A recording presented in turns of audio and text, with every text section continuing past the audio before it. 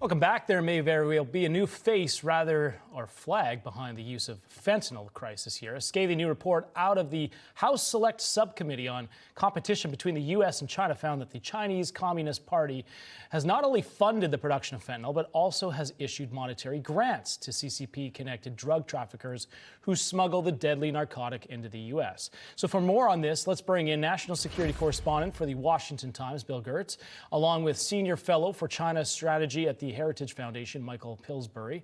Michael, I'll go to you first on this. We know that over 100,000 Americans overdosed on their narcotic last year. A large portion of these overdoses can be traced back to fentanyl. And if the U.S. now has conclusive evidence that China is enabling this epidemic, what action should the Biden administration be taking up right now? Well, they need to put maximum pressure on China.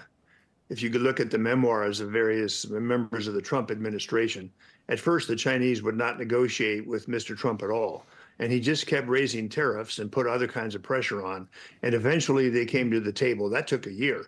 Then another year was required with more and more pressure just to get the text of the trade agreement.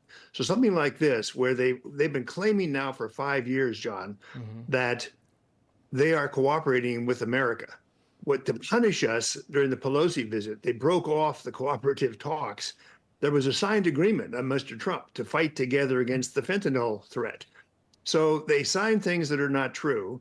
When something like this comes out, this new report, which I noticed Bill Barr, the Attorney General, he praised this report as something new beyond what he knew when he was Attorney General. So this kind of report should shock us into action. But if you look back 25 years ago, you'll find a book by Bill Gertz called The China Threat. 25 years ago. Basically, nothing has happened that Bill recommended. Heritage Foundation, a year ago, we compiled about 100 measures that should be taken against China.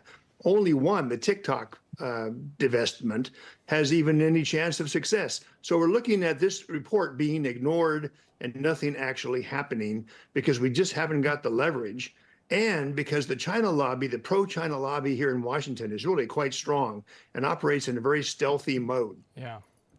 And Bill, if you read this full report, we now know that China has strategically been benefiting from this crisis for years, all while allowing the proceeds of deadly narcotics to fund this illicit Chinese drug trafficking rings. Now, with the ties to the CCP, looking at this from the Chinese standpoint, is this part of their long-term strategy to supplement the United States with as the world-leading superpower?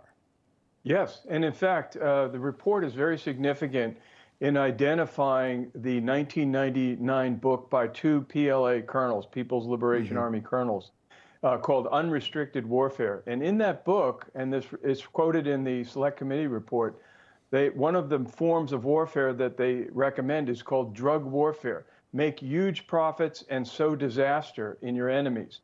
Clearly, that's what's taking place here. And I would also point out that the Chinese government continues to deny that they're involved in this. And I covered this, I interviewed the Trump administration director of the Office of National Drug Control Policy and the director of the DEA probably about a year or so ago. And they told me that they found no evidence of Chinese government involvement in the illicit fentanyl trafficking. Well, this tells me that there was a major intelligence failure.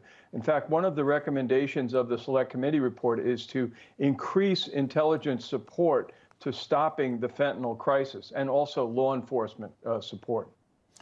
Bill, why do you think that the U.S. isn't doing more with China and holding their feet to the fire here? Well, the Biden administration right now is trying to engage in détente with China based on fears that the competition that they're waging is going to go into conflict. Chinese aren't in competition with the United States. They're clearly in a Cold War with the U.S. And there's a refusal on the part of the Biden administration to recognize that. So that's the first thing we need to do, is recognize that the Chinese do not wish us well. And the fentanyl crisis is only one aspect of that. They're also building up their military in what can only be described as a war footing. They're preparing for war. All right. Michael, just final thoughts, 10 seconds. Wrap it up here for us. Well, obviously, we need to change the mindset in the White House. As Bill says, that's one thing.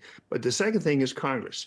The Congress has been remarkably complacent about the China threat. They talk a lot about it, but actual action hasn't happened. One thing we pushed for at Heritage is better registration and knowledge of who is lobbying for China, how much they're being paid, and how effective this lobbying is. It seems to be very, very effective. So that's what we've got to stop, is the pushing of the Chinese policies by American companies, businessmen, and others before we can really get the Congress to do much about the China threat. Great points. Bill, Michael, thank you so much for coming on and shedding some light onto this. Thank you.